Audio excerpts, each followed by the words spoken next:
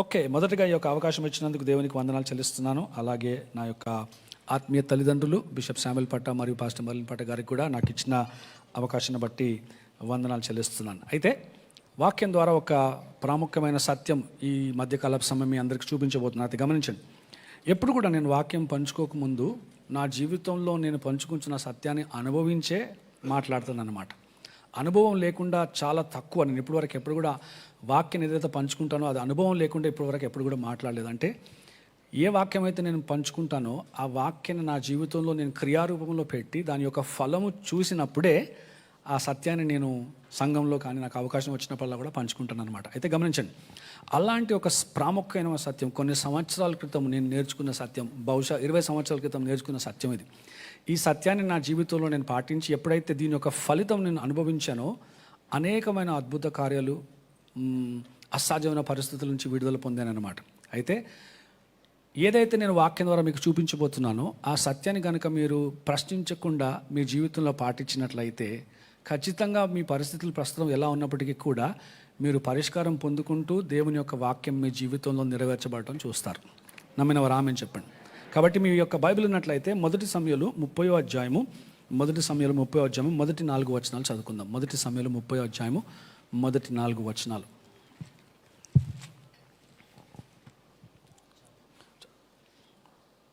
దావీదును అతని జనులను 3వ దినమందు సిక్లగునకు వచ్చిరి.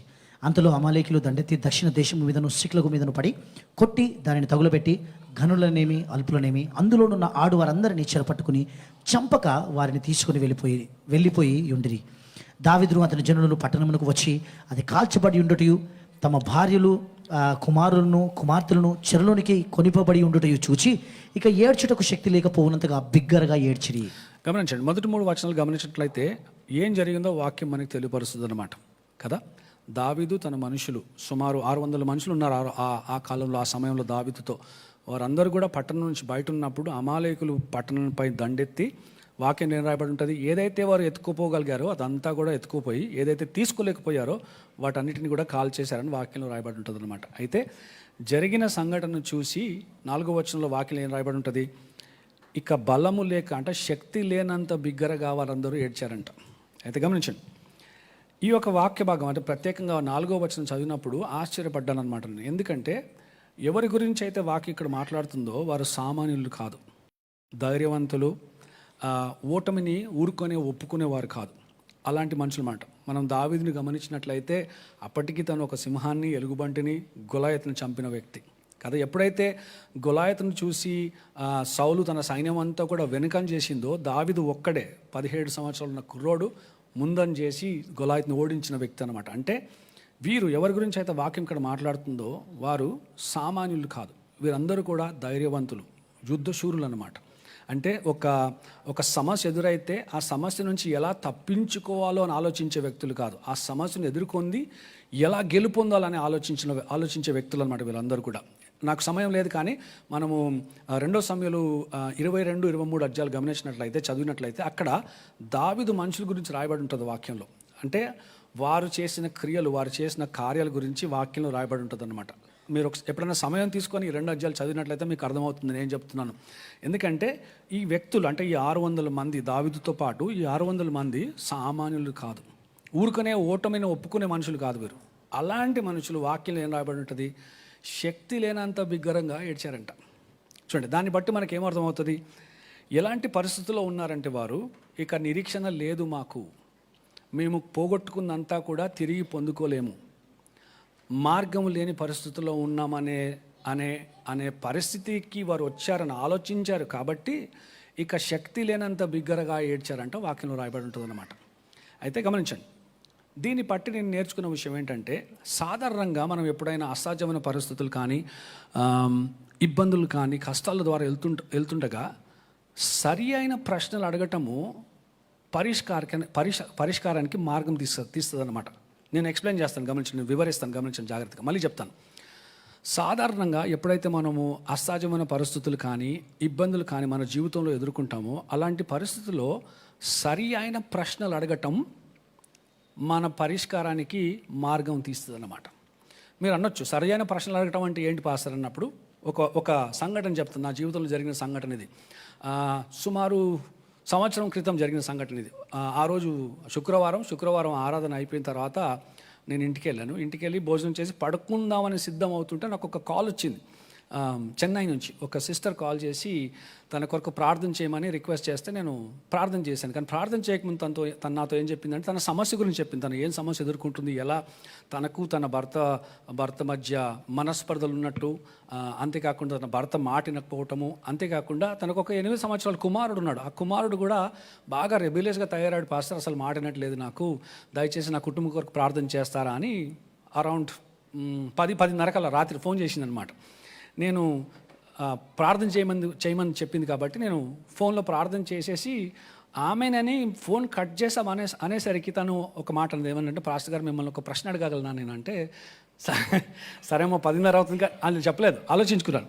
10:30 అవుతుంది ఇప్పుడు ప్రశ్న అడుగుతుంది అనుకున్నాను. కానీ సరేనమ్మా అడగండి అంటే ఒక మాట అన్నది. ఏమన్నదంటే, ఎందుకు పాస్టర్ నాకు ఈ కష్టాలు, నాకే ఎందుకు ఈ సమస్య, నాకే ఎందుకు ఈ పరిస్థితి, దేవుడు నన్ను ఎందుకు వదిలేశాడు, దేవుడు నన్ను ఎందుకు పట్టించుకోవట్లేదు, దేవుడు ఆయన వాక్యాన్ని నా జీవితంలో ఎందుకు నెరవేర్చట్లేదు అనే ప్రశ్న అడిగింది అనమాట. అన్నప్పుడు తనకు ఒక జవాబు ఇచ్చాను. నేను ఏమన్నానంటే, అమ్మ ఎందుకు అని అడగటం మానేసి ఎలా అని అడగటం మొదలుపెట్టు అన్నాను అనమాట. చూడండి, ఎంతకాలం అయితే తను ఎందుకు అనిందో కారణాలు ఏంటో తెలిసాయి, కానీ తన పరిస్థితికి లేకపోతే తన ఎదుర్కొన్న సమస్యకి పరిష్కారం పొందుకోలేదు తను. గమనించండి. సాధారణంగా మనం ఏం చేస్తాము, అసహజమైన పరిస్థితులు లేకపోతే కష్టాలు, ఇబ్బందులు వస్తే మొట్టమొదటిగా మనం నోరుపు ఏమంటాం, ఎందుకు నాకే ఈ బాధ.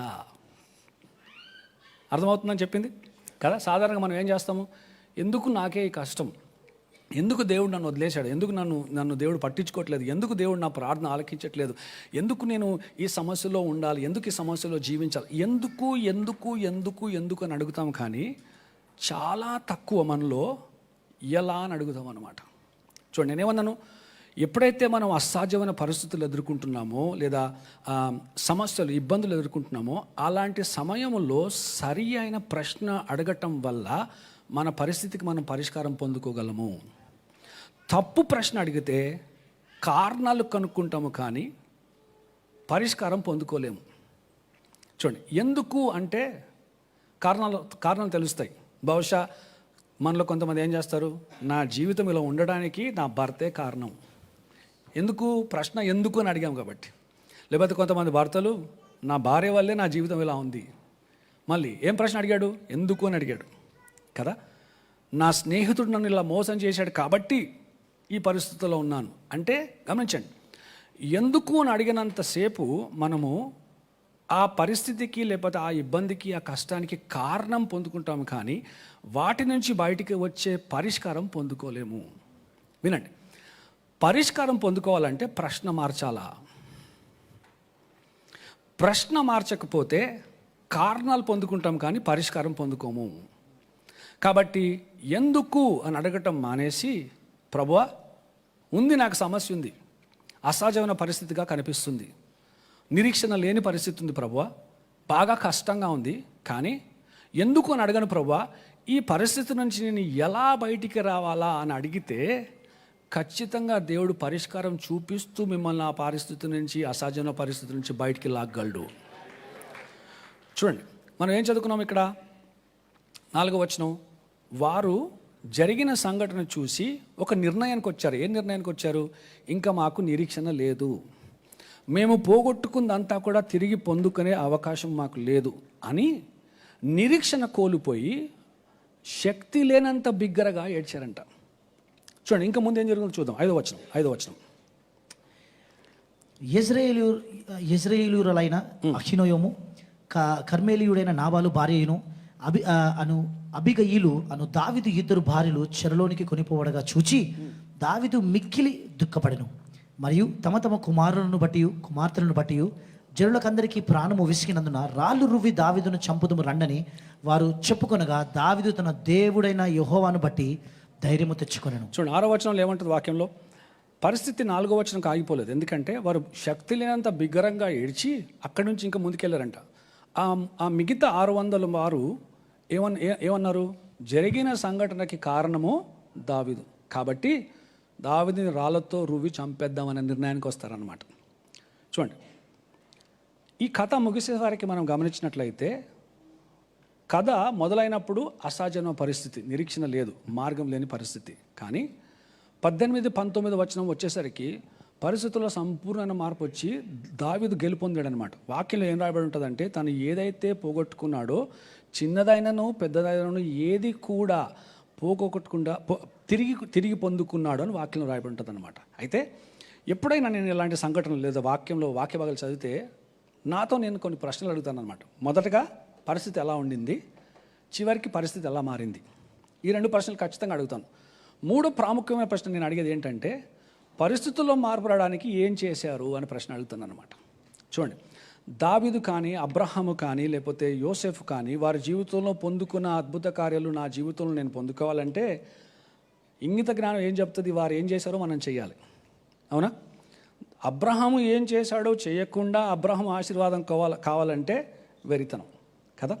అబ్రహాము ఎలా ఆరంభించాడు తన జీవితాన్ని, లేదా దేవుడు పిలిచినప్పుడు ఎలా ఆరంభమైంది, ఎలా ముగిసిందో మనం వాక్యంలో చదువుతాము. కానీ మధ్యలో ఏం జరిగిందో నేర్చుకోవడం చాలా ప్రాముఖ్యమైన విషయం. ఎందుకంటే మనము కూడా మన జీవితం అబ్రహాము వలె ముగించబడాలంటే అబ్రహాము ఏం చేశాడో నేర్చుకోవడం చాలా ప్రాముఖ్యము. అది చేయటము, విధేయత చూపించడం చాలా ప్రాముఖ్యమైన విషయం. నా మీద రామని చెప్పండి కదా. అయితే ఈ సంఘటన లేకపోతే ఈ యొక్క వాక్య భాగం చదివినప్పుడు నేను అడిగిన 3 ప్రాముఖ్యమైన ప్రశ్నలు: ఎలా ఉంది పరిస్థితి, ఎలా మారింది, అలా పరిస్థితి మారడానికి దావీదు ఏం చేశాడు.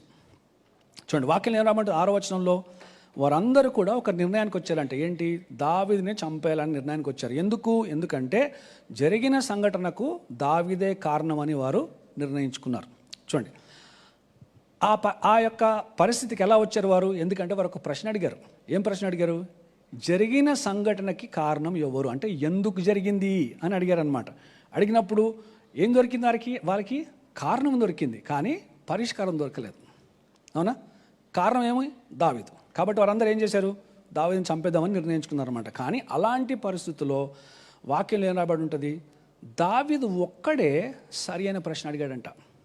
చూడండి, 6వ వచనంలో ఏముంటుంది, తను ధైర్యపరుచుకున్నాడంట. 7వ వచనం చదువుతాను ఒకసారి. పిమ్మట దావీదు ఏఫోదు తెమ్మని యాజకుడుకు అహిమెలెకు కుమారుడైన అబ్యాతారుతో చెప్పగా అబ్యాతారు ఏఫోదును దావీదు వద్దకు తీసుకుని వచ్చును. 8వ వచనం, నేను ఈ దండును తరిమిన ఎడల దానిని కలుసుకుందునా అని యెహోవా యొద్ద దావీదు విచారణ చేయగా యెహోవా, తరుము, నిశ్చయంగా నీవు వారిని కలుసుకుని తప్పక నీ వారందరినీ దక్కించుకుందామని సెలవిచ్చాను. గమనించండి, పరిస్థితుల్లో అంత సంపూర్ణమైన మార్పు వచ్చి తనకు గెలుపొందడానికి కారణము దావీదు అడిగిన ప్రశ్న. ఆ 600 మందిలో ఒక ప్రక్కేమో ఎందుకు అని ప్రశ్న అడిగిన వారు ఉన్నారు, ఇంకో ప్రక్క ఎలా అనే ప్రశ్న అడిగిన వారు ఉన్నారు. గమనించండి, ఎందుకు అని అడిగిన ప్రశ్న వారందరికీ కూడా కారణం దొరికింది, కానీ పరిష్కారం దొరకలేదు. ఒకే వ్యక్తి ఎలా అనే ప్రశ్న అడిగాడు కాబట్టి ఆ పరిస్థితి నుంచి బయటపడి గెలుపొందుకున్నాడు. కాబట్టి గమనించండి, ప్రాముఖ్యంగా ప్రస్తుతం మీరు అసాధ్యమైన పరిస్థితుల్లో ఉన్నట్లయితే, మార్గం లేని పరిస్థితిలో ఉన్నట్లయితే, బహుశా నిరీక్షణ లేదేమో మీకు, బహుశా అన్ని ద్వారాలు కూడా మూయబడినట్టు కనిపించవచ్చు ప్రస్తుతం. కానీ అలాంటి పరిస్థితుల్లో గనక దావీదు చేసింది మీరు చేసినట్లయితే, అంటే సరి అయిన ప్రశ్న, ప్రభువా పరిస్థితి అసాధ్యమైన పరిస్థితిలో ఉన్నాను, కానీ ఈ పరిస్థితి నుంచి నేను ఎలా బయటికి రాగలను ప్రభు అని ప్రశ్న అడిగితే ఖచ్చితంగా దేవుడు మీకు కారణం కాదు పరిష్కారం చూపిస్తాడనమాట. హల్లెలూయా. చూడండి, ఎప్పుడైతే దావీదు ఎలా అని ప్రశ్న అడిగాడో దేవుడు తనకు పరిష్కారం చూపించాడు. ఆ పరిష్కారం ద్వారా ఏం జరిగింది, ఏదైతే తను పోగొట్టుకున్నాడో అదంతా కూడా తిరిగి పొందుకున్నాడని ఉంటుందన్నమాట. అయితే ఇంకా ముందుకెళ్ళక ముందు ఒక ఆశ్చర్యకరమైన విషయం చూశాను ఇక్కడ. ఏముంటుంది వాక్యంలో 6వ వచనంలో, అసాధ్యమైన పరిస్థితి ఉన్నప్పటికీ కూడా, తన సొంత మనుషులే తను చంపాలని నిర్ణయానికి వచ్చినప్పటికీ కూడా దావీదు తాను యెహోవా యందు బలపరుచుకున్నాడని ఉంటుంది వాక్యంలో. చాలా ఆశ్చర్యపడ్డాను చదివినప్పుడు. ఎందుకంటే కొన్నిసార్లు మనము ఆలోచించాలి ఎలాంటి పరిస్థితుల్లో ఉన్నాడు దావీదు. చూడండి, వీరందరూ కూడా, ఈ మనుషులు ఎవరైతే తన చుట్టూ ఉన్నారో వారందరూ కూడా దావీదు దగ్గరికి వచ్చినప్పుడు శూరులు, ధైర్యవంతులు కాదు. జీవితంలో ఓటమి పొందిన వారు ఉన్నారు. వీళ్ళందరూ కూడా నిరుత్సాహంలో, అప్పుల్లో, సమాజం వెలివేసిన వారందరూ ఉంటారన్నమాట ఈ 600 మందిలో. ఆ 600 మందిని దావీదు తరిబిదిస్తూ ఈ స్థాయికి తీసుకొస్తాడు. ఇప్పుడు వారు యుద్ధశూరులు అందరూ కూడా ధైర్యవంతులు, ఓటమిని ఒప్పుకునేవారు కాదు, అలాంటి మనుషులు తయారవుతారు అన్నమాట. ఎందుకు? దావీదు వలె. కానీ వారే, అంటే దావీదు తరబితి ఇచ్చి ఆ స్థాయికి తెచ్చిన తన సొంత మనుషులే దావీదుని చంపేయాలని నిర్ణయించుకుంటారు. అలాంటి పరిస్థితుల్లో సాధారణంగా ఎవరైనా వ్యక్తి ఉంటే ఏం ఆలోచిస్తాడు? ఆత్మహత్య గురించి ఆలోచించుకుంటాడు. అవునా? ఎందుకంటే గమనించండి, తను కూడా కోల్పోయాడు, వారే కోల్పోవటం కాదు, అంతా తను కూడా పోగొట్టుకున్నాడు. కానీ వారికంటే ఘోరమైన పరిస్థితుల్లో ఉన్నాడు. ఇప్పుడు ఎందుకంటే తన చనిపోయే పరిస్థితి వచ్చిందన్నమాట. కానీ అలాంటి పరిస్థితులు, అంటే నిరీక్షణ లేదు, మార్గము లేదు, ఛాన్సే లేదు పరిస్థితుల్లో మార్పు వస్తుందని, అలాంటి పరిస్థితుల్లో దావీదు నిరుత్సాహపడకుండా, ఆత్మహత్య చేసుకోవాలని ఆలోచించకుండా తనను తాను యెహోవా యందు బలపరుచుకున్నాడు, లేకపోతే ధైర్యపరుచుకున్నాడు అని ఉంటుంది వాక్యంలో. అయితే అది చదివినప్పుడు నాకు ఒక ప్రశ్న వచ్చిందన్నమాట, ఎలా చేయగలిగాడు? చూడండి, సాధారణంగా మనం ఏం చేస్తాము, కొంచెం కష్టం వచ్చిందంటే ఈ జీవితమే వద్దు నాకు అనే ఆలోచనలు వస్తాయి మనకి. మాట్లాడడమేమో కానీ, ఎందుకంటే మన సంఘంలో మనం నేర్చుకుని ఏంటి నెగిటివ్ మాట్లాడొద్దని. కానీ ఆలోచించమైతే ఖచ్చితంగా ఆలోచిస్తాం మనం. అవునా? కొంచెం కష్టం వస్తే అంతా అయిపోయింది, ఇంకా దేవుడు వదిలేసాడు నన్ను. చూడండి, దేవుడు గతంలో మన జీవితంలో చేసినంతా కూడా మర్చిపోయి అయిపోయింది, నా జీవితం అయిపోయింది ఇంకా అని ఓటమిని ఒప్పుకుంటారనమాట చాలామంది క్రైస్తవులు. కానీ దావీదు అలాంటి వ్యక్తి కాదని వాక్యం మనకు తెలియపరుస్తుంది. ఏమంటుంది వాక్యంలో? తన్ను తాను యెహోవా యందు ధైర్యపరుచుకున్నాడంట. అయితే నాకు వచ్చిన ప్రశ్న ఏంటంటే, ఎలా చేయగలిగాడు? చూడండి, సాధారణంగా పరిస్థితిని గమనిస్తే రుజువు లేదు, ఏ రుజువు కూడా లేదు ఆ పరిస్థితి తను బయటకు రాగలడని. మార్గం కనిపించట్లేదు. ఎవరైతే తనకు ధైర్యం ఇచ్చి బలపరచాలో వారే తిరిగి ఆయన చంపాలని కోరుకుంటున్నారు. అలాంటి పరిస్థితుల్లో, అంటే ఒక్కడిగా మిగిలిపోయాడు ఆ పరిస్థితుల్లో. ఒంటరిగా ఆ పరిస్థితుల్లో ఉంటూ, మార్గం లేని పరిస్థితుల్లో, నిరీక్షణ లేని పరిస్థితుల్లో, అసాధ్యమైన పరిస్థితుల్లో ఒంటరిగా తనను తాను యెహోవా యందు ధైర్యపరుచుకున్నాడు అని వాక్యంలో రాయబడ్డాడు. అది చదివినప్పుడు చాలా ఆశ్చర్యపడ్డా అనమాట, ఎలా చేయగలిగాడు ఈ వ్యక్తి అని. ఎందుకంటే గమనించండి, ప్రత్యేకంగా మనం కష్టాల్లో ఉన్నప్పుడు, ఇబ్బందుల్లో ఉన్నప్పుడు ఒంటరిగా ఉంటే మనల్ని మనం ధైర్యపరచుకోవడం చాలా కష్టం. ఎవరైనా ఉండాలి మనకు పక్కన మాట్లాడడానికి కదా. కానీ ఎవ్వరు లేని పరిస్థితుల్లో కూడా వాక్యంలో ఏం రాయబడి ఉంటుంది? దావీదు తనను తాను బలపరుచుకున్నాడంట, ధైర్యపరుచుకున్నాడంట. అయితే దీన్ని బట్టి నేను అడిగిన ప్రశ్న ఏంటంటే, ఎలా చేయగలిగాడు దావీదు ఈ విషయం? ఎలా చేయగలిగాడు అన్నప్పుడు దేవుడు నాకు కీర్తనలో 103 మొదటి 2 వచనాలు చూపించాడు. Psalms 103 verses 1 and 2. చూడండి ఏమంటుంది వాక్యంలో. కీర్తనలో 103 మొదటి 2 వచనాలు. నా ప్రాణమా యెహోవాను సన్నతించుము, నా అంతరంగమునున్న సమస్తమా ఆయన పరిశుద్ధ నామమును సన్నతించుము. నా ప్రాణమా యెహోవాను సన్నతించుము, ఆయన చేసిన ఉపకారములలో దేనిని మరువకుము. చూడండి, 2వ వచనముకి ఏముంటుంది వాక్యంలో? నా ప్రాణమా యెహోవాను సన్నతించుము, ఆయన చేసిన ఉపకారములలో దేనిని మరవకము. చూడండి, ప్రత్యేకంగా మనం నిరుత్సాహంలో, అసహజమైన పరిస్థితుల్లో, కష్టాల్లో, ఇబ్బందుల్లో ఉన్నప్పుడు మనల్ని మనం ధైర్యపరచుకోవాలంటే మనము చేసే విషయము దేవుడు అంతవరకు మన జీవితంలో చేసిన మేలులను గుర్తు చేసుకోవటము. దావీదు దీంట్లో ఎక్స్పర్ట్. మీరు గమనించారు లేదు? దావీదు జీవితం గమనించారు లేదు? కానీ దావీదు ఈ విషయంలో దావీదు ఒక ఎక్స్పర్ట్. దేవుడు ఆయన జీవితంలో చేసిన మేలులను ఎప్పుడూ కూడా మర్చిపోలేదు దావీదు, ఎప్పుడూ గుర్తు చేసుకున్నాడు. ఒక సంఘటన చూపిస్తాను. మొదటి సమయాలు 17వ అధ్యాయం. ఈ కథ ఏ పరిస్థితి? గొలాయతుని ఎదుర్కొంటున్న పరిస్థితి. అప్పుడు సౌలు ముందుకు వెళ్ళినప్పుడు సౌలు ఒక మాట అంటాడు దావీదుతో. ఏమంటాడంటే, నువ్వు కుర్రోడివి, నువ్వేం వెళ్ళి పోరాడతావు, చంపేస్తాడు నేను అన్నప్పుడు దావీదు అంతా ఒక మాట అంటాడు. గమనించండి ఏమంటుంది వాక్యంలో.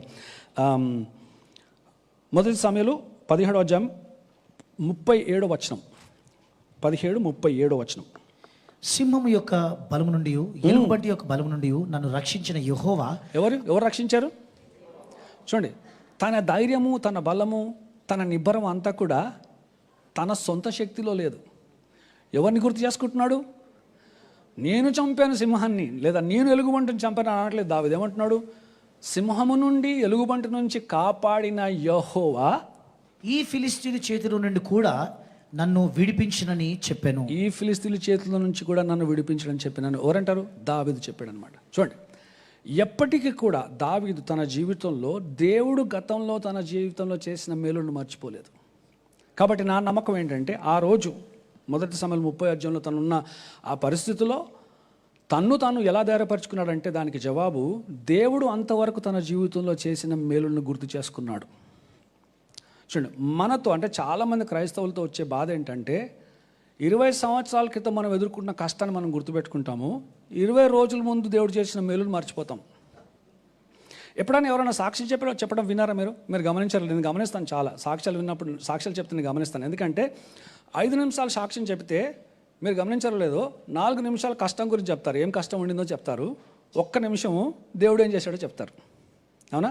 దాన్ని బట్టి ఏంటి, మానవులుగా మనము కష్టంని బాగా గుర్తుపెట్టుకుంటాం, మేలులను మర్చిపోతాం కదా. 20 సంవత్సరాల క్రితము ఎవరో ఏమో అన్నారు నీకు, చెక్కు చెదరనట్టు గుర్తుపెట్టుకుంటావు నువ్వు అది ఇప్పటివరకు కూడా. అవునా? మాటకు మాట, ఏ సమయము, ఫేస్ ఎక్స్ప్రెషన్ ఏముండిందో అంతా కూడా గుర్తుంటుంది కదా. కానీ 20 రోజుల క్రితం దేవుడు చేసిన మేలును మర్చిపోతాం మనం. చూడండి, మన జీవితంలో పరిస్థితులు ఎదుర్కొంటున్నప్పుడు, ఇబ్బందులు ఎదుర్కొంటున్నప్పుడు మనం గుర్తుపెట్టుకోవాల్సింది దేవుడు మన జీవితంలో చేసిన మేలులు. ఏముంటుంది వాక్యంలో? నా ప్రాణమా యెహోవాను సన్నుతించుము, ఆయన చేసిన మేలులను దేనిని మరువకము. అందుకే నాకు ఒక అలవాటు, నేను ఏం చేస్తానంటే దేవుడు నా జీవితంలో ఏదైనా మేలు చేస్తే నేను ఎప్పుడు కూడా రాసుకుంటాను, ఒక పుస్తకంలో కానీ ఫోన్లో కానీ ఎక్కడైనా రాసి పెట్టుకుంటాను. ఎందుకంటే నాకు తెలుసు సాతాను వదిలిపెట్టాడు నన్ను, ఏదో విధంగా మళ్ళీ వస్తాడు. అలా మళ్ళీ వచ్చినప్పుడు నిరుత్సాహపడకుండా నిన్ను ధైర్యపరచుకోవాలంటే నా టెస్టిమనీస్ వినాలి. నేను నా జీవితంలో దేవుడు చేసిన మేలు నేను గుర్తు చేసుకోవాలి. కాబట్టి గమనించండి, అలాంటి అసాధ్యమైన పరిస్థితుల్లో దావీదు తాను ధైర్యపరచుకున్నాడంట. ఎలా? అంతవరకు దేవుడు తన జీవితంలో చేసిన మేలును గుర్తు చేసుకుంటూ. ఏం గుర్తు చేసుకున్నాడు? ఎలా సింహాన్ని ఎదుర్కొన్నాడు, ఆ సింహాన్ని ఎలా హతమార్చాడు, ఆ పరిస్థితుల్లో దేవుడు యెహోవా తను ఎలా సహాయం చేశాడు అది గుర్తు చేసుకుంటూ తనతో తను ఏం మాట్లాడుకున్నాడు? సింహం నుంచి నన్ను రక్షించిన దేవుడు ఈ పరిస్థితుల నుంచి ఖచ్చితంగా రక్షించగలడు. హల్లెలూయా. ఎందుకు? ఆయన నిన్న నేడు రేపు ఒకే రీతిగా ఉన్న దేవుడు. ఎందుకు? ఆయనకి అసాధ్యమైనది ఏదీ లేదు. గతంలో అసాధ్యమైన పరిస్థితుల్లో నేను ఉన్నప్పుడు ఆ పరిస్థితి నుంచి నన్ను విడుదల కలిగజేసి గెలిపించిన యెహోవా దేవుడు మళ్ళీ పరిస్థితుల్లో నన్ను గెలిపించగలడనే విశ్వాసం తనకు ఉండింది కాబట్టి తను ధైర్యపరుచుకున్నాడంట. హల్లెలూయా. ఎలుగుబంటి నుంచి రక్షించిన దేవుడు ఈ పరిస్థితుల నుంచి రక్షించలేడా అని ప్రశ్న అడిగాడంట తను తాను. చూడండి, కొన్నిసార్లు ప్రశ్నలు అడగటం చాలా ప్రాముఖ్యం. ఏమన్నాను? సరి అయిన ప్రశ్న అడిగితేనే మనకు పరిష్కారం వస్తుంది. మనం తప్పు ప్రశ్న అడిగితే పరిష్కారం కాదు, కారణాలు వస్తాయి. కారణాలు తెలుసుకుంటాం కానీ పరిష్కారం రాదు. సరి అయిన ప్రశ్నలు అడగాలి కొన్నిసార్లు. ఎలాంటి ప్రశ్నలు? కష్టంలో ఉన్నారు, ఇబ్బందుల్లో ఉన్నారు, ఏం ప్రశ్నలు అడగాలి మీరు? దేవుడికి ఏమైనా అసాధ్యమైన ఉందా లేదా? Is there anything impossible to God? కదా. Is there anything too hard for the Lord అని ఉంటుంది వాక్యంలో. అవునా? జెనసిస్ చాప్టర్ 18:14 అదొక ప్రశ్న కదా. రెండో ప్రశ్న, నాకు వ్యతిరేకంగా రూపించబడిన ఏ ఆయుధమన్నా వర్ధిల్లగలదా? చూడండి, ఏం జరుగుతుంది? ఈ ప్రశ్నలు అడిగినప్పుడు మనం ధైర్యం వస్తుంది అన్నమాట. ఎప్పుడు అడగాలి ఇలాంటి ప్రశ్నలు? ప్రత్యేకంగా మీరు కష్టాల్లో, ఇబ్బందుల్లో, అసాధ్యమైన పరిస్థితులు ఉన్నప్పుడు ఇవి గుర్తు చేసుకోవాలి. మెయిన్గా అంటే ప్రాముఖ్యంగా దేవుడు ఇంతవరకు మీ జీవితంలో చేసిన మేలులను గుర్తుపెట్టుకోవాలంటే రాసుకోవాలి. ఎందుకంటే సాతాను ఖచ్చితంగా ప్రయత్నం చేస్తాడు ఏంటి మనం మర్చిపోయేటట్టు. కాబట్టి ఎప్పుడైనా ఏదైనా మేలు జరిగినట్లయితే మీ జీవితంలో ఒక పుస్తకం మెయింటైన్ చేయాలి. నేనేమంటానంటే ఇది నా ఫస్ట్ బైబిల్, అది నా సెకండ్ బైబిల్. ఏది? నా సాక్ష్యాల పుస్తకం. అది నా రెండో బైబిల్. మొదటి బైబిల్ దేవుని వాక్యం, రెండో బైబిల్ అది. చూడండి, మొదటి బైబిల్ ధైర్యం ఇస్తుంది, రెండో బైబిల్ కూడా ధైర్యం ఇస్తుంది. మొదటి బైబిల్ దేవుడు ఎలాంటి వాడో గుర్తు చేస్తుంది, రెండో బైబిల్ దేవుడు ఎలాంటి వాడో కూడా గుర్తు చేస్తుంది. అవునా? కాబట్టి ఎప్పుడు కూడా దేవుడు చేసిన మేలులను మర్చిపోవద్దు. ప్రత్యేకంగా మీరు అసాధ్యమైన పరిస్థితుల్లో ఉన్నప్పుడు ప్రాముఖ్యంగా చదివి గుర్తుపెట్టుకునే విషయాలు అంతవరకు దేవుడు చేసిన మేలులను గుర్తుపెట్టుకోవటం. చూడండి, అసాధ్యమైన పరిస్థితుల్లో ఉన్నప్పటికీ కూడా తను ధైర్యపరుచుకున్నాడంటే దానికి కారణము 103వ కీర్తన 2వ వచనము. దావీదు రాసిన కీర్తన అది కదా. ఏం చేశాడు? అంతవరకు దేవుడు తన జీవితంలో చేసిన మేలులను మర్చిపోలేదు. ఒక గొర్రెల కాపరిగా ఉన్న నన్ను దేవుడు రాజుగా తీర్చిదిద్దాడనే విషయం మర్చిపోలేదు. హల్లెలూయా. తోకగా ఉన్న నన్ను దేవుడు తలగా స్థాపించాడన్న విషయం మర్చిపోలేదు. అసాధ్యమైన పరిస్థితుల్లో ఉన్న నన్ను దేవుడు గెలిపించాడన్న విషయం మర్చిపోలేదు. హల్లెలూయా. కాబట్టి అసాధ్యమైన పరిస్థితుల్లో మీరు ఉన్నట్లయితే ఆ పరిస్థితుల నుంచి మీరు బయటికి రావడానికి ప్రాముఖ్యంగా మొదటగా మిమ్మల్ని మీరు ధైర్యపరచుకోవటము. అది ఎలా సాధ్యము? దేవుడు అంతవరకు మీ జీవితంలో చేసిన మేలును గుర్తుపెట్టుకోవటం. అందుకే ఎప్పుడు కూడా మర్చిపోదు. ఇంకో ప్రాముఖ్య విషయం చెప్తాను నేను. ఎప్పుడైనా మనం సాక్ష్యం వింటే మనం ఏం చేస్తాము? సాక్ష్యం విని దేవుడిని మహింపరుస్తాం, చప్పట్లు కొట్టు దేవుడిని మహింపరుస్తాం. అంటే దేవుడు చేసిన కార్యాన్ని బట్టి మనం దేవుడిని మహింపరుస్తాం. కానీ ఇంకో ప్రాముఖ్య విషయం నేర్పించాడు దేవుడు నాకు సాక్ష్యానికి వచ్చేసరికి. ఎప్పుడైనా నేను సాక్ష్యం వింటే ఏం చేస్తానంటే దేవుడు ఏం చేశాడో అదే వినకుండా ఆ సాక్ష్యం చెప్తున్న వారు ఏం చేస్తారో కూడా వింటానన్నమాట నేను. ఎందుకంటే గమనించండి, దేవుని లేదా దేవుని రాజ్యంలో అద్భుత కార్యాలు ప్రమాదపు సాధు జరిగే సంఘటనలు కావు. అద్భుత కార్యాలు ఒక మానవుడి విశ్వాసము ద్వారా పురికొల్పబడి దేవుడు కావాలని చేసే క్రియలు.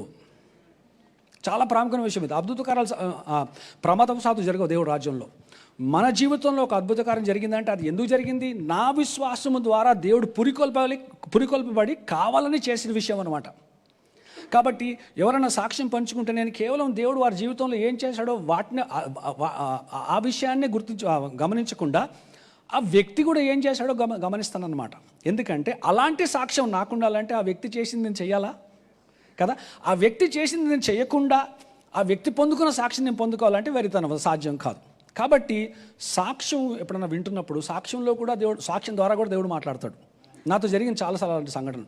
నాకు దేవుడు నేర్పించిన విషయం ఏంటంటే ఎప్పుడైనా సాక్ష్యం ఎవరైనా చెప్తున్నారంటే దేవుడు నాతో మాట అన్నాడు, జాగ్రత్తగా విను అని అన్నాడు అనమాట. ఎందుకంటే ఆ సాక్ష్యంలో బహుశా నా పరిష్కారం ఉందేమో, ఆ సాక్ష్యంలో బహుశా ప్రస్తుతం నా జీవితంలో ప్రశ్నకు జవాబు ఉందేమో.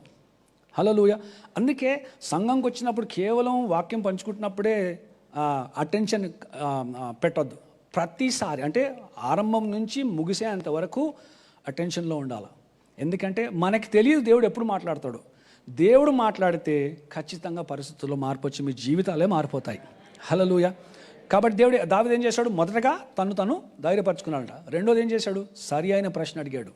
ప్రభువా, ఎలా బయటికి రాగలను? ఈ పరిస్థితి నుంచి ఎలా బయటికి రాగలను అన్నప్పుడు దేవుడు తనకు జవాబిస్తూ ఆ జవాబులో పరిష్కారం పొందుకున్నాడు దావీదు. దాన్ని బట్టి ఏం జరిగింది?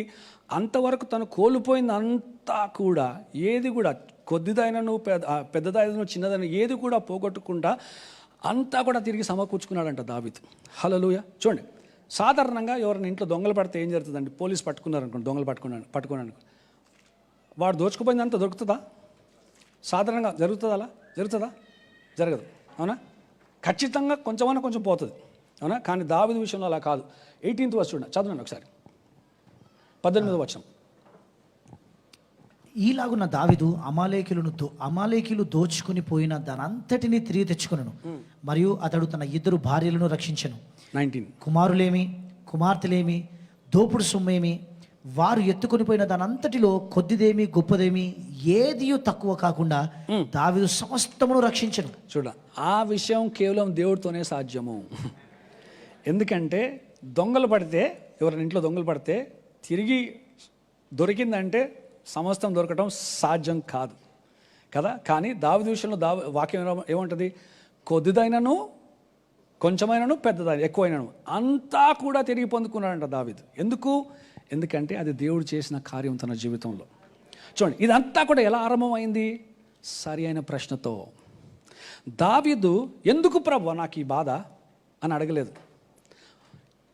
దీని నుంచి ఎలా బయటికి రావాలా ప్రభు అని అడిగాడు అనమాట. మీరు గమనించారో లేదో, ఏ రోజైతే తను అభిషేకించబడ్డాడో రాజుగా అప్పటి నుంచి తన కష్టాలు మొదలయ్యాయి.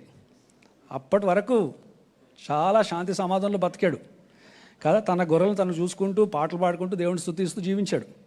ఏ రోజైతే సమూయేలు తన పట్టణానికి వచ్చి తను రాజుగా అభిషేకించాడో అక్కడి నుంచి మొదలైంది దావీదు కష్టం, అవునా కదా. చూడండి, దేవుడు మార్గంలో నడుస్తున్నాం కాబట్టి కష్టాలు ఉండవని కాదు. నేను దేవుడి చిత్తంలో జీవిస్తున్నాను, సంఘానికి వస్తున్నాను, ప్రార్థన చేస్తున్నాను, నాకు కష్టాలు ఉండొద్దని అనుకోవద్దు. దావీదుకు ఉన్నంత కష్టాలు లేదా దావీదు ఎదుర్కొన్న కష్టాలు అంతా కూడా తను అభిషేకించబడిన తర్వాత పొందుకున్న అంటే ఎదుర్కొన్న కష్టాలు అనమాట. దానికి ముందు ఏది కూడా ఉండదు వాక్యంలో. కానీ గమనించండి, తను అలాంటి పరిస్థితుల్లో కూడా గెలుపొంది బయటికి వచ్చి ఈరోజు మనం తన గురించి మాట్లాడుకుంటున్నామంటే దానికి ఒక కారణము, దావీదు ఎప్పుడు కూడా సరి అయిన ప్రశ్న అడిగాడు, తప్పు ప్రశ్న అడగలేదు. ఎప్పుడు కూడా ఎందుకు అని అడగలేదు తను, ఎలా ప్రభు అని అన్నాడు అనమాట. చూడండి, ఎలా అని అన్నాడు కాబట్టి ఆ రోజు ఆ అసాధ్యమైన పరిస్థితి నుంచి బయటికి వచ్చి గెలుపొందుకున్నాడు. హల్లెలూయా. చూడండి, మన దేవుడు ఎప్పటికీ మారడు. దావీదు దేవుడు మీ దేవుడు, నా దేవుడు. బహుశా మీరు అసాధ్యమైన పరిస్థితుల్లో ఉన్నారేమో ఈ ఉదయకాలపు సమయము, అండ్ బహుశా ఎందుకు అని అడుగుతున్నారేమో.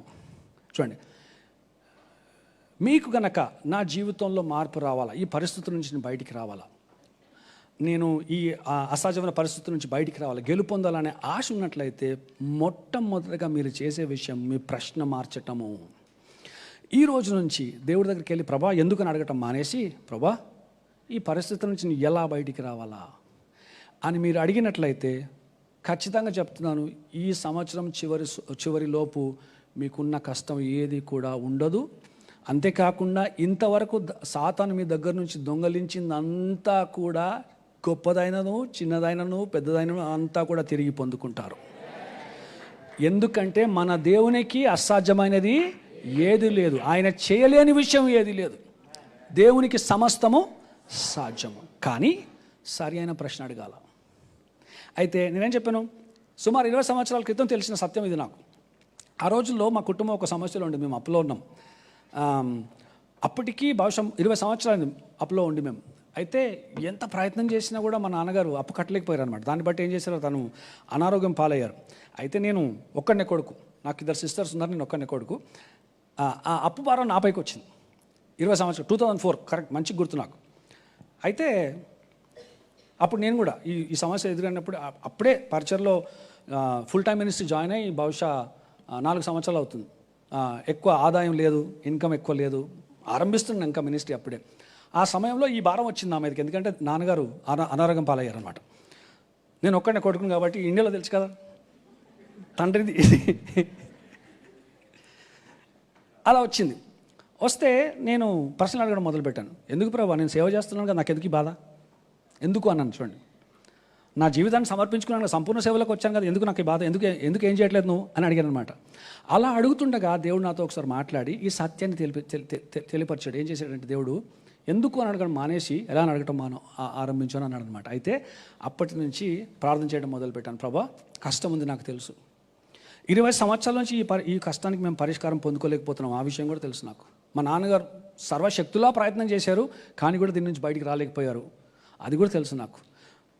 పరిస్థితిని గమనించినట్లయితే బయటపడే రుజువు కనిపించట్లేదు నాకు, పరిస్థితులు గమనించినట్లయితే మార్గం లేదు నాకు తెలుసు ప్రభువా, కానీ ఎలా బయటికి రాను ప్రభా అని అడిగాను అనమాట. నేను అలా ప్రశ్న మార్చినప్పుడు 3 ప్రాముఖ్యమైన విషయాలు జరిగాయి నా జీవితంలో. మొదటగా నా ఆలోచన మారింది. చూడండి, అంతవరకు నేను సమస్యకు పరిష్కారం లేదు, మార్గమే లేదు, నిరీక్షణ లేదు అని ఆలోచించిన నేను ఎప్పుడైతే నా ప్రశ్నను మార్చానో నా ఆలోచన మారింది. నా ఆలోచన ఇప్పుడు ఎలా మారింది, బహుశా మార్గం ఉందేమో అని ఆలోచించడం మొదలుపెట్టాను అనమాట. చూడండి, మార్గం ఉంది అని ఖచ్చితంగా చెప్పలేను, కానీ ఆలోచన మాత్రం మారింది. అయితే గమనించండి, ఎందుకు ఆలోచన ప్రాముఖ్యమో చెప్తాను, వినండి. మనము ఆలోచించే విధానము, మనం జీవించే విధానము ఎప్పటికీ ఒకే రకంగా ఉంటాయి అన్నమాట. మనం ఒక రకంగా ఆలోచిస్తూ ఇంకో రకంగా జీవించలేము. వినండి, ఓటమి ఆలోచిస్తూ నువ్వు జీవితంలో ఎప్పుడు కూడా గెలుపొందలేవు, చాలా ఇంపార్టెంట్. దరిద్రతను ఆలోచిస్తూ జీవితంలో వర్ధిల్లలేవు, అనారోగ్యం ఆలోచిస్తూ జీవితంలో స్వస్థపరచబడలేవు. ఎందుకంటే మన ఆలోచన విధానము, మన జీవిత విధానం ఎప్పుడు కూడా ఒకే రకంగా ఉంటాయి. మనం ఎలా ఆలోచిస్తామో అలాగే జీవిస్తాం. ఇంగ్లీష్లో ఉంటుంది, తెలుగులో ఉండదు. For as a man thinketh within himself so is he. మనుషుడు తన హృదయంలో ఎలా ఆలోచిస్తాడో అలాగే జీవిస్తాడని ఉంటుంది అన్నమాట. కాబట్టి ప్రాముఖ్యంగా మీ జీవితం మారాలంటే మీ ఆలోచన మారాలా, మీ ఆలోచన మారాలంటే మీ ప్రశ్న మారాలా. చూడండి, ఎప్పుడైతే నేను సరి అయిన ప్రశ్న అడిగానో మొట్టమొదటి విషయం నా జీవితంలో జరిగింది, నా ఆలోచన మారిందనమాట. అంతవరకు నేను అసాధ్యము అని ఆలోచించిన ఆ పరిస్థితిని బట్టి, కానీ ఎప్పుడైతే సరి అయిన ప్రశ్న అడగడం మొదలుపెట్టానో నా ఆలోచన మారి నేను బహుశా మార్గం ఉందేమో అని ఆలోచించడం మొదలుపెట్టాను అనమాట. దేవుడు చేయగలడు కదా, ఎందుకంటే వాక్యంలో రాయబడి ఉంది అని ఆలోచించడం మొదలుపెట్టాను. దేవునికి అసాధ్యమైనది ఏది కూడా లేదని వాక్యంలో రాయబడి ఉంది కదా అని ఆలోచించడం మొదలుపెట్టాను. చూడండి, 2 రాజులు 4వ అధ్యాయంలో ఒక స్త్రీ అప్పుల్లో ఉంటుంది. తను కూడా అప్పు కట్టలేని పరిస్థితిలో ఉన్నప్పుడు దేవుడు సహాయం చేస్తాడు తనకి. అది ఆలోచించడం మొదలుపెట్టాను. అంటే ఆ స్త్రీ జీవితంలో దేవుడు కార్యం చేసి తను అప్పు నుంచి విడుదల కలిగజేశాడంటే నన్ను కూడా, నా కుటుంబాన్ని కూడా అప్పుల నుంచి విడుదల కలిగజేయగలగన అని ఆలోచించడం మొదలుపెట్టాను అనమాట. చూడండి, మొదటగా ఆలోచన మారింది. ఎందుకంటే ఏమన్నాను, మనం ఎలా ఆలోచిస్తామో అలాగే జీవిస్తాం. కాబట్టి మన జీవితంలో మార్పు రావాలంటే మొట్టమొదటిగా మన ఆలోచనలో మార్పు రావాలా. ఆలోచనలో మార్పు రావాలంటే మన ప్రశ్నలో మార్పు రావాలా. ఒక ఉదాహరణ చెప్తాను, ఇది ముందు ఒకసారి చెప్పాను సంఘంలో. నేను ఎప్పుడైనా ఆలోచించారా మీరు, సింహాన్ని ఎందుకు మృగరాజు అంటారు? Why is the lion called the king of the jungle? ఆలోచించారు ఎప్పుడన్నా? చూడండి, ఇతర జంతువులతో పోలిస్తే సింహం పెద్దది కాదు, ఏనుగు పెద్దది, అవునా? ఇతర జంతువులతో పోలిస్తే సింహం అతివేగంగా పరిగెత్తే జంతువు కాదు. ఏది పరిగెత్తుంది? చీత పరిగెత్తుతుంది కదా. ఎత్తులో పోలిస్తే జిరాఫ్, అవునా? బరువులో పోలిస్తే కాదు కదా. చర్మంతో పోలిస్తే దాని చర్మం బలమైన చర్మం కాదు. కానీ కూడా సింహాన్ని ఎలా గుర్తిస్తారు? మృగరాజుగా గుర్తిస్తారు, రాజుగా గుర్తిస్తారు. ఎందుకంటే అది ఆలోచించే విధానం బట్టి. చూడండి, నేను ఒకసారి విన్నాను ఇది. ఒక సింహము ఏనుగు ఎదురైతే సింహం ఏనుగుని చూసి డిన్నర్ అనుకుంటుంది, ఏనుగు సింహాన్ని చూసి డేంజర్ అనుకుంటుంది. గమనించారా వ్యత్యాసం ఆలోచనలో? ఏనుగు సింహాన్ని చూస్తుంది, ఇది పెద్దది దానికంటే అనుకుంటే తొక్కేయగలదు, దానికంటే చిన్నది అది సింహము. కానీ సింహాన్ని చూసి ఏమనుకుంటుంది ఏనుగు? డేంజర్ ఆలోచిస్తుంది, ఆపద అని ఆలోచిస్తుంది అనమాట కదా. అదే సింహం చిన్నది, తెలుసు దానికి అది తొక్కేస్తే చనిపోతాను నేనని. కానీ ఏనుగుని చూసి ఏమంటుంది? ఆహారం అనుకుంటుంది. చూడండి, ఆహారం అని ఆలోచిస్తుంది. అంటే సింహము మృగరాజు ఎందుకు? అది ఆలోచించే విధానాన్ని బట్టి. కాబట్టి ఓటమిని ఆలోచిస్తూ నువ్వు ఎప్పుడు కూడా జీవితంలో విజయం పొందుకోలేవు. నీ జీవితం మారాలంటే మొట్టమొదటిగా నీ ఆలోచన మారాలి. కాబట్టి దేవుడు మొట్టమొదటి విషయం, అంటే ఆ అప్పుల్లో నుంచి నన్ను బయటికి తీసుకురావడానికి చేసిన మొట్టమొదటి విషయము నా ఆలోచనను మార్చాడనమాట దేవుడు. అది ఎలా జరిగింది? ఎప్పుడైతే నేను సరి అయిన ప్రశ్న అడగడం మొదలుపెట్టాను, ప్రభువా ఎలా ఈ పరిస్థితి నుంచి నేను బయటికి రాగలను అన్నప్పుడు దేవుడు నాకు మొట్టమొదటి విషయం చేసింది ఆలోచన మార్చాడు. రెండో విషయం, నా దృష్టి సమస్య నుంచి దేవుడి వైపు మళ్ళిందనమాట. రెండో ప్రాముఖ్యమైన విషయం, అంతవరకు నా దృష్టి అంతా ఎక్కడుండింది? సమస్య పైన ఉండిందనమాట. సమస్య ఎంతసేపు అయితే నేను దృష్టి సమస్య పైన పెట్టానో అంత పెద్దగా అవుతా పోయింది ప్రతిరోజు అది. ఎప్పుడైతే నేను సరి అయిన ప్రశ్న అడిగానో రెండో ప్రాముఖ్యమైన విషయం నాకు జరిగింది ఏంటంటే, నా దృష్టి దేవుడి నుంచి సమస్య నుంచి మళ్ళించి నేను దేవుడి వైపు పెట్టడం మొదలుపెట్టాను అనమాట. అప్పుడు నాకేం జరిగింది? సమస్య చిన్నదైపోయింది, దేవుడు పెద్దగా అయిపోయాడు అనమాట. హల్లెలూయా. చూడండి, ఎప్పుడైతే నా దృష్టిని సమస్య నుంచి మళ్ళించి నేను దేవుడి వైపు పెట్టానో నేను ఏం గ్రహించానంటే, నా దేవుడు నా సమస్య కంటే చాలా గొప్పవాడు. హల్లెలూయా. నా దేవుడు నా సమస్యని నా దేవుడితో పోలిస్తే నా సమస్య ఆవగింజంతా కూడా కాదు. హల్లెలూయా. చూడండి, రెండో ప్రాముఖ్యమైన విషయం, టైం అప్ అయిపోయింది. రెండో ప్రాముఖ్యమైన విషయము నా జీవితంలో జరిగింది, నా దృష్టి మళ్ళిందన్నమాట. గమనించండి, ఎంతకాలం అయితే అబ్రహాము తన భార్య శరీరాన్ని చూశాడో దేవుని వాక్యం తన జీవితంలో నెరవేర్చబడలేదు కదా. కాబట్టి దేవుడు ఏం చేశాడు? ఒకరోజు తన టెంట్ నుంచి తన బయటికి లాగి ఏమన్నాడు? నక్షత్రాలు లెక్క పెట్టు అన్నాడు అనమాట. చూడండి, దేవుడు ఏం చేశాడు?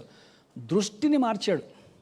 అబ్రహాం దృష్టిని మార్చాడు. అంటే సమస్య పై నుంచి తన దృష్టిని తొలగించి దేవుడు వాగ్దానం పైన ఎప్పుడైతే అబ్రహాం దృష్టి పెట్టాడో అప్పుడు ఇస్సాకు పుట్టాడు. అంటే అసాధ్యమైంది సాధ్యమైందన్నమాట. కాబట్టి రెండో ప్రాముఖ్యమైన విషయం, మీ పరిస్థితుల నుంచి మీరు బయటికి రావాలంటే మీ దృష్టిని మార్చాలా, ఏం చూస్తున్నారో మార్చాలా. మీ దృష్టి అంతా సమస్య పైన పెట్టి దేవుడు కార్యం చేయాలంటే సాధ్యం కాదు. సమస్య నుంచి మీ దృష్టిని మళ్ళించి ఎప్పుడైతే మనం దేవుడి పైన మన దృష్టి పెడతామో, దేవుడు వాక్యం పైన మన వాక్యాన్ని గమనిస్తామో, ధ్యానిస్తామో, చూస్తామో, అప్పుడు దేవుని వాక్యం మన జీవితంలో నెరవేర్చబడుతుంది. నేర్చుకున్నవారంటే ఆమెన్ చెప్పండి. అయితే మొదటిగా నా ఆలోచన మారింది, రెండోదిగా నా దృష్టి మారింది, మూడోది, నా సమస్యకు పరిష్కారం పొందుకున్నాను నేను. ఏం జరిగిందో చెప్తాను. ఏమన్నా 2004 రెండోసారి పాస్టర్ బిల్విన్సన్ వచ్చారు మన సంఘానికి. అప్పుడు రెండోసారి ఫేత్ కాన్ఫరెన్స్. అయితే ఆ ఫేత్ కాన్ఫరెన్స్లో పాస్టర్ గారు ప్రాముఖ్యంగా ఒప్పుకోలు గురించి బోధించారనమాట. కన్ఫెషన్ గురించి బోధించి చాలా మంచిగా గుర్తు నాకు. రెండో రోజు మార్నింగ్ సెషన్ అవుతుంది. మార్నింగ్ సెషన్లో ఒక మాట అన్నారు. ఏమన్నారంటే, ఇక్కడ మీలో ఎవరైనా అప్పులో ఉంటే నేను ఒక అసైన్మెంట్ ఇస్తాను మీకు. ఇది మీరు చేసినట్లయితే వచ్చే 40 రోజులు ఈ అసైన్మెంట్ చేయాలి. మీరు ఇది చేసినట్లయితే ఖచ్చితంగా మీరు అప్పుల నుంచి బయటకు వస్తానని అన్నారు మేడం పాస్టర్ విన్స్టన్. కీర్తనలు 115:14 ఇంగ్లీష్లో చెప్తాను. May the Lord give you increase more and more you and your children. యెహోవా మిమ్మును మీ పిల్లలను వృద్ధి పొందించును గాక. ఈ వచనం మాకు ఇచ్చి అని ఏమన్నారంటే, సంఘంలో సెషన్లో అన్నారు. ఏమన్నారంటే, ఎవరైతే అప్పులలో ఉన్నారో ఈ వచనాన్ని ఈ రోజు నుంచి వచ్చే 40 రోజులు ప్రతిరోజు 10 సార్లు ఒప్పుకోండి అని, అంటే నోరు విప్పి పలకండి అని అన్నమాట.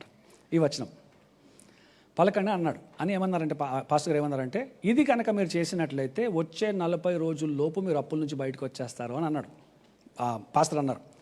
అయితే నేను నా భార్య, అప్పటికి మాకు వివాహమై 1 year అవుతుంది. 1 year ఇంకా అవ్వలే, 1 year అవ్వబోతుంది, 1 year అవుతుంది. అయితే నేను ఇంటికి వెళ్ళి ఈ వర్స్ ప్రింట్అవుట్ తీసుకున్నాను. ఒక పెద్ద ప్రింట్అవుట్ తీసుకొని మా బెడ్ కింద పెట్టుకునేవాడు అనమాట. ఎవ్రీడే మార్నింగ్ లేచి, నెక్స్ట్ డే నుంచి ఎవ్రీడే మార్నింగ్ లేచి ఆ పేపర్ బయటికి తీసి నేను నా భార్య 10 సార్లు ఆ వాక్యాన్ని ఒప్పుకునేవారం. May the Lord give us increase more and more we and our children. May the Lord give us increase more and more we and our అని 10 సార్లు ఒప్పుకున్నాం. 34వ రోజు నేను అప్పు నుంచి బయటకు వచ్చాను. చూడండి, పాస్టర్ ఏమన్నారు? 40 రోజులు అన్నారు. 20 సంవత్సరాల నుంచి జరగలేని సంఘటన లేకపోతే విషయము ఎప్పుడైతే నేను ఆలోచన మార్చి, దృష్టి మార్చి, దేవుని వాక్యం ఏం చెప్తుందో, దైవజనుడు ఏం చెప్పాడో చేశానో 34 రోజుల్లో నేను పరిష్కారం పొందుకున్నాను అన్నమాట. గమనించండి, దేవునికి అసాధ్యమైనది ఏదీ లేదు. ప్రస్తుతం నీ పరిస్థితి నీకు అసాధ్యంగా అనిపించవచ్చు, కానీ దేవునికి అసాధ్యం కాదు. ప్రశ్న మార్చండి. ఎప్పుడైతే మనం ప్రభా ఎందుకు అని అడగటం మానేసి ఎలా అని అడుగుతామో, ఖచ్చితంగా దేవుడు మీ సమస్యకు పరిష్కారం ఇస్తూ మీరు కూడా 30 రోజుల్లోపు సమస్య నుంచి బయటికి రాగలరు. హల్లెలూయా. చూడండి, నా దేవుడు మీ దేవుడు కూడా. నా జీవితంలో చేసిన దేవుడు మీ జీవితంలో కూడా కార్యం చేయగలడు. 20 సంవత్సరాల క్రితం చేశాడు కాబట్టి మారిపోయాడు, ఇంకా చేయడని కాదు కదా. దేవుడు మూడీ కాదు, అవునా? పక్షపాతి కాదని ఉంటుంది వాక్యంలో.